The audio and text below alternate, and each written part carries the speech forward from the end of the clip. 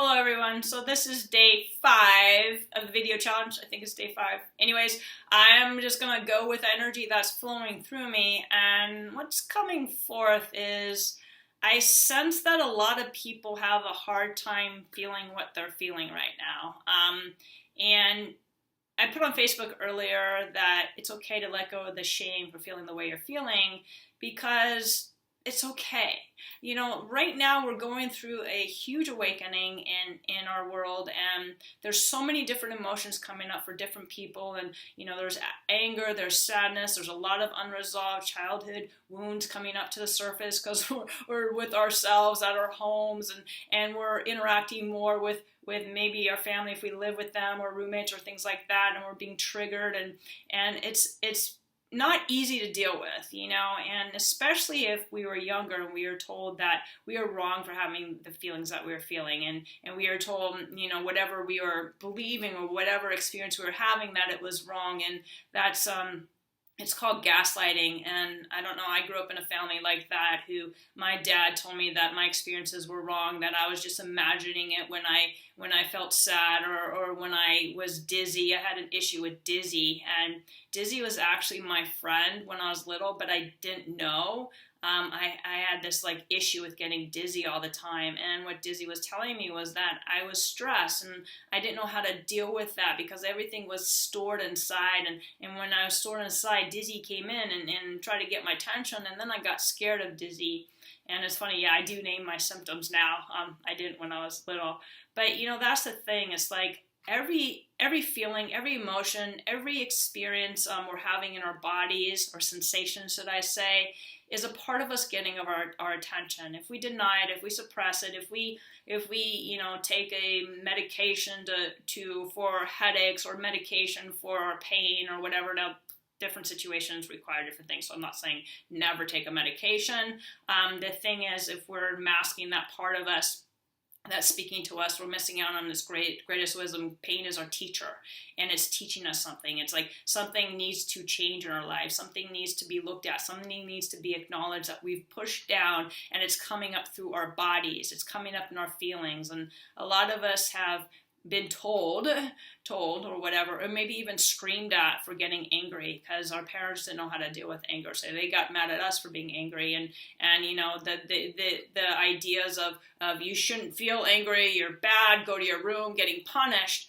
So now when angry comes up, we do the same thing, you know, go to your room, bad, you're punished, angry. And angry is usually some part of us that's speaking to us. It's telling us either we've crossed our own boundaries, someone else has crossed our own boundaries, we're not speaking up for ourselves in a situation, we don't know how to express ourselves, so it comes out in anger because we're frustrated within ourselves, so we come out with anger. There's so many different things that are happening that our feelings are telling us. You know, they're messages from within. If we're not listening, we're missing out on our greatest wisdom.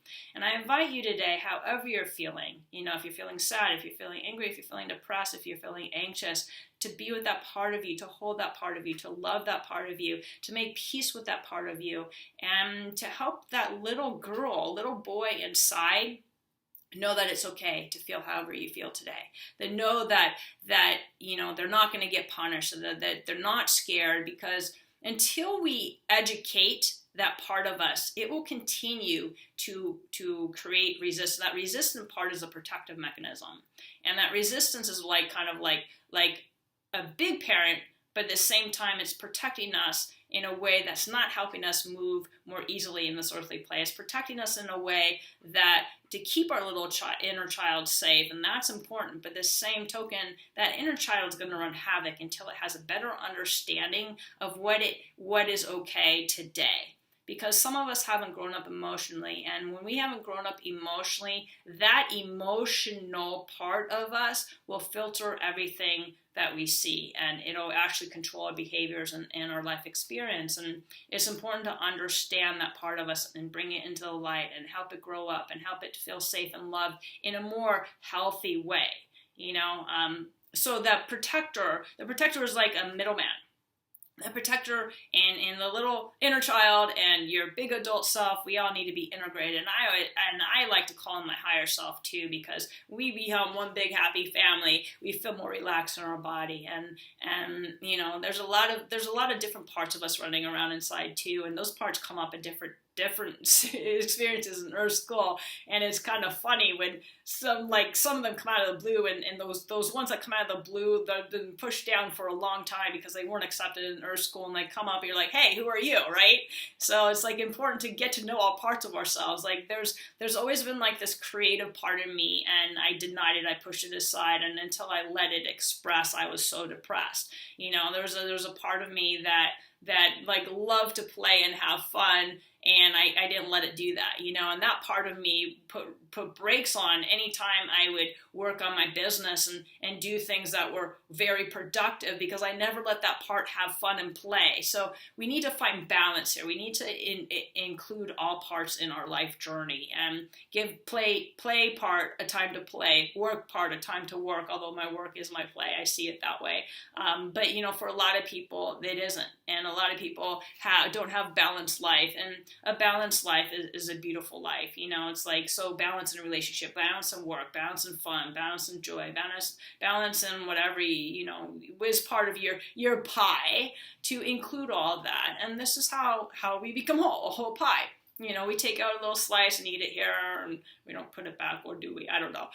Anyway, so the pie is a beautiful symbolism of our life experience, because if we're out of balance in one area, we're kind of out of balance. We're kind of like a table, right? And table has 4 legs, and you kick out the one leg, and it kind of gets off balance, and we want to come back into balance and be more centered. And when we're more centered, things happen more easily in our life journey. And not to say that we're not going to have challenges, but the challenges won't be as life-threatening. They won't be as intense when we've actually, you know, healed a lot of that stuff inside, and we loved and accepted each part of us, and we didn't say, you're okay, you're not okay, you can come out to play, you can't come out to play, because all that just creates resistance. And we wonder what resistance is. Resistance is just a part of us asking for attention. Resistance is just a part of us saying, hey, look at me.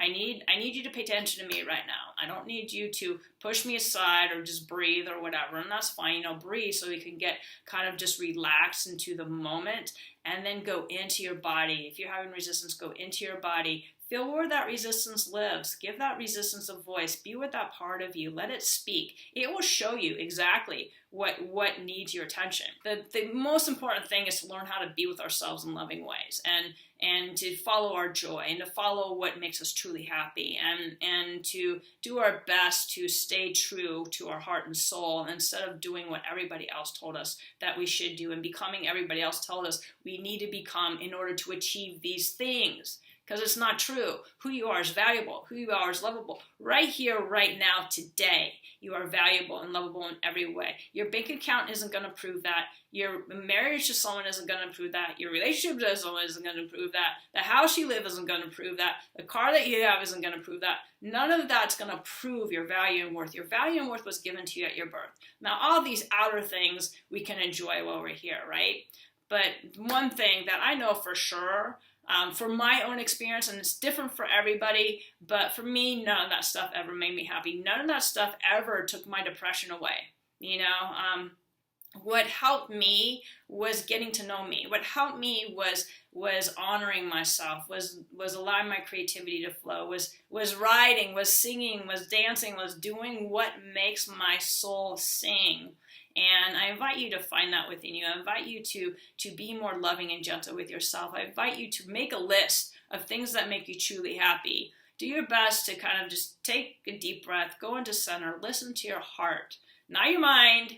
Your mind has been conditioned. Now the heart, I'm not saying get rid of the mind altogether, but let your heart, from your heart, move into your mind and feel what's really true for you. Are you living your passion in our school? Are you doing what you love to do?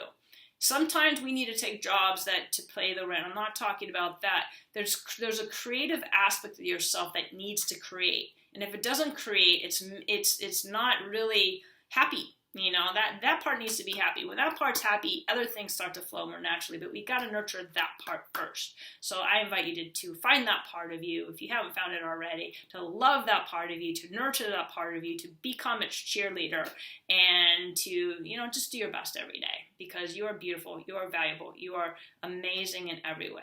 All right, hope this video inspired you in 1, 2, 5, 10, 15, 20 ways or another. Feel free to reach out for support if you need, because I'm always here loving you, supporting you, cheering you on each and every day in every way. I believe in you and I love you.